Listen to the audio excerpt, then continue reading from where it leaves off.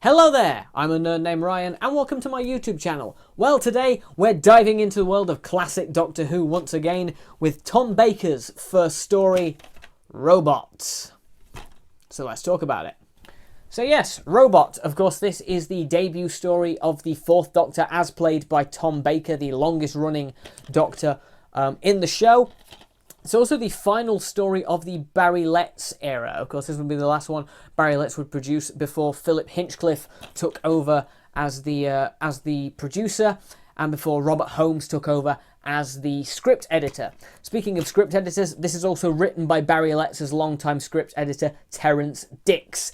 It features the return of Sarah Jane Smith and also Unit, and it features the introduction of companion Harry Sullivan, played by Ian Marter. So let's get into the story. So at the end of Planet of the Spiders, the Doctor is forced to regenerate from John Pertwee into Tom Baker, but there's no real time for him to rest or recuperate, not that he really wants to, because there's been a series of unusual robberies at Unit HQ. Basically, someone has been stealing various components and plans for a disintegrator ray, and, well, they need to work out who's doing that. Turns out it's a top secret society controlling a giant robot with plans of, creating a nuclear war and a new society, as you do. So the Doctor, along with Unit, Sarah Jane and new companion Harry Sullivan have to stop them. So, let's talk about the story first of all. It's fine. Like, the story's okay. I think this is quite an underrated episode. I do hear some people, put it down a little bit, but I think overall it's quite fun. It's quite a fast-paced episode for the most part. A couple of bits drag in the middle of kind of episodes 2 and 3.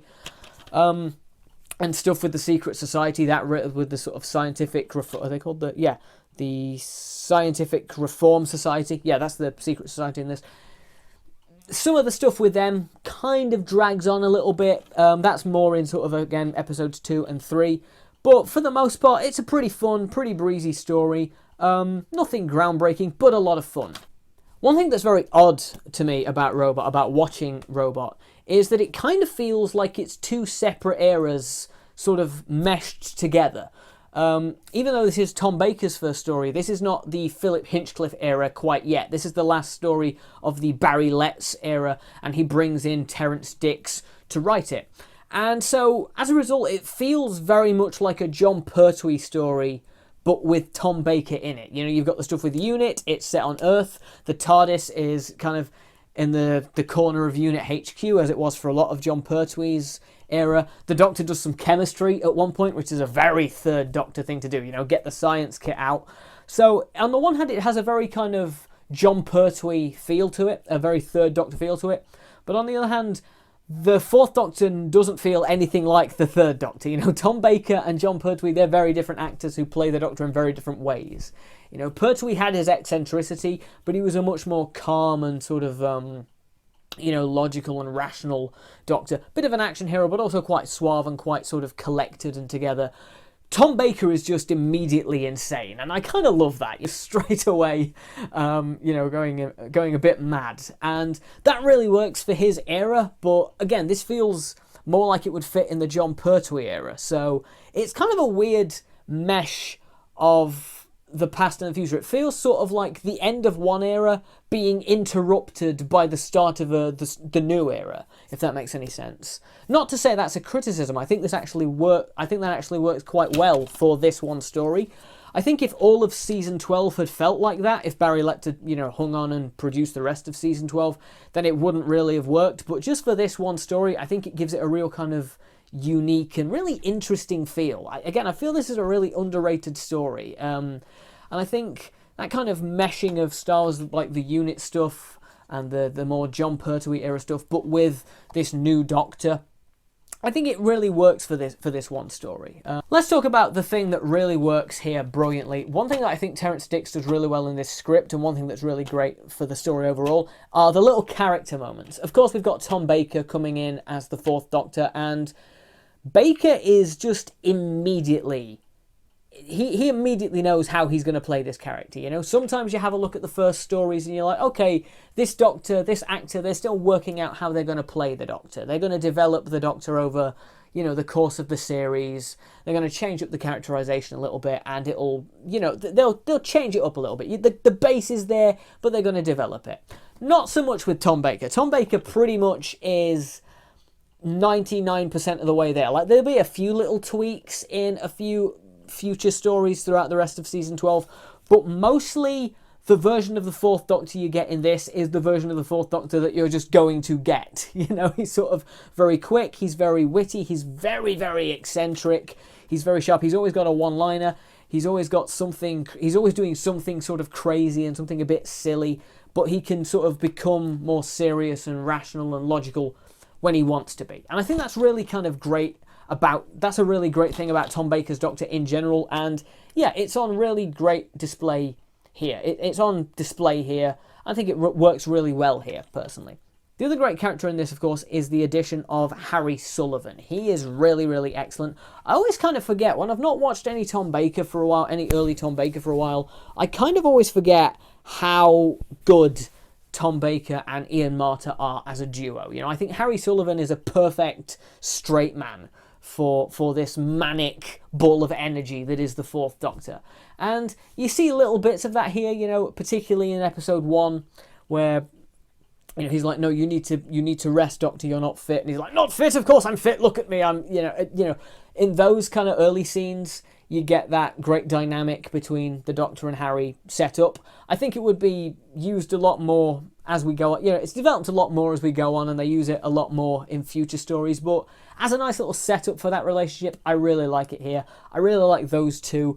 Sarah Jane has a lot to do as well in this, which I like. I like when they give the companions stuff to do. She's kind of being a spy, basically. She goes into Think Tank, the scientific kind of organisation, and, spots there's a robot here, this isn't right, and, sort of pries around and tries to find out as much as she can about it.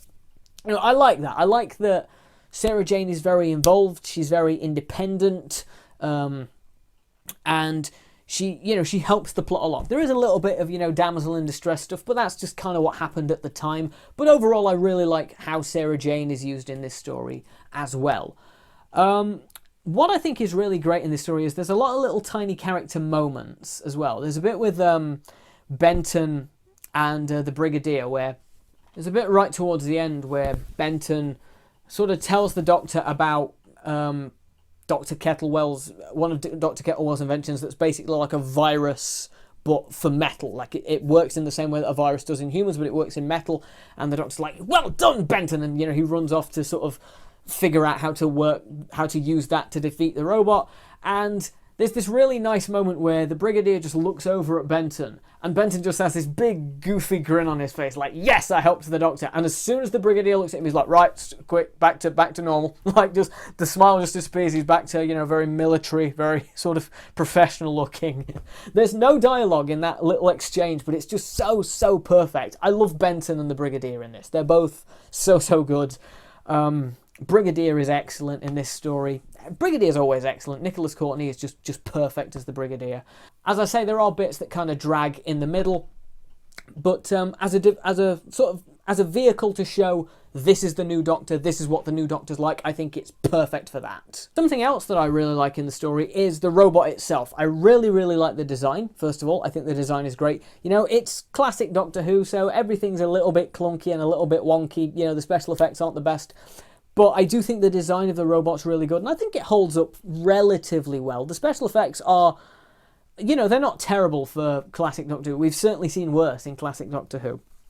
But I really like the design of the robot, and I kind of like the characterization of the robot as well. Its prime directive is to not is to never harm humans, and it's kind of being manipulated into betraying its prime directive multiple times, and the more it does it, the more kind of unhinged it becomes. Basically, the robot basically has a breakdown almost.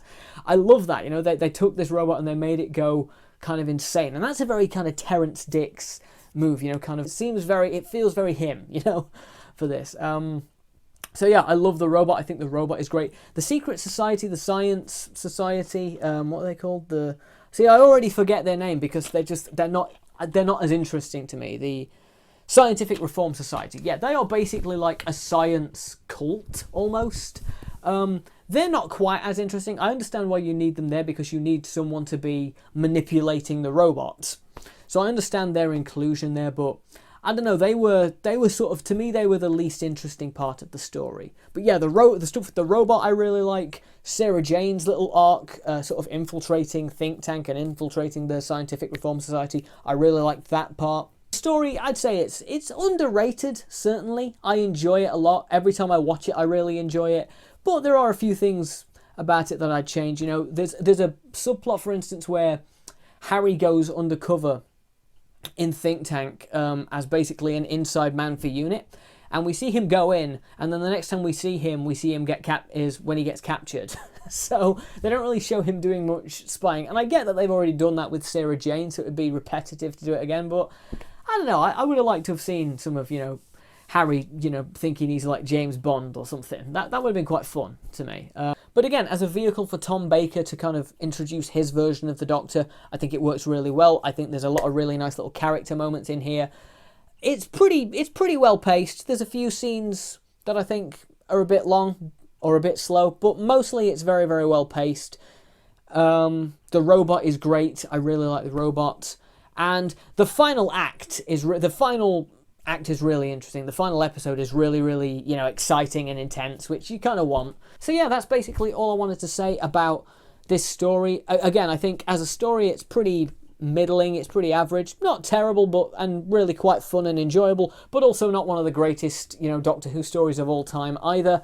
It's a pretty good end to the Barry Letts era. The Philip Hinchcliffe era, of course, would kick off with the next story, The Ark in Space, and then we'd really kind of see Hinchcliffe's era develop as we went into kind of season 13. But yeah, overall, all the scenes with the Fourth Doctor in are delightful. Tom Baker is immediately wonderful. Story, pretty fun, pretty easy to watch, but not one of the best Doctor Who's I've ever seen, not one of the best classic Doctor Who's I've ever seen. Anyway, have you seen Robot? Let me know what you think about it in the comments if you like. Thank you so much for stopping by. I'll see you when I see you.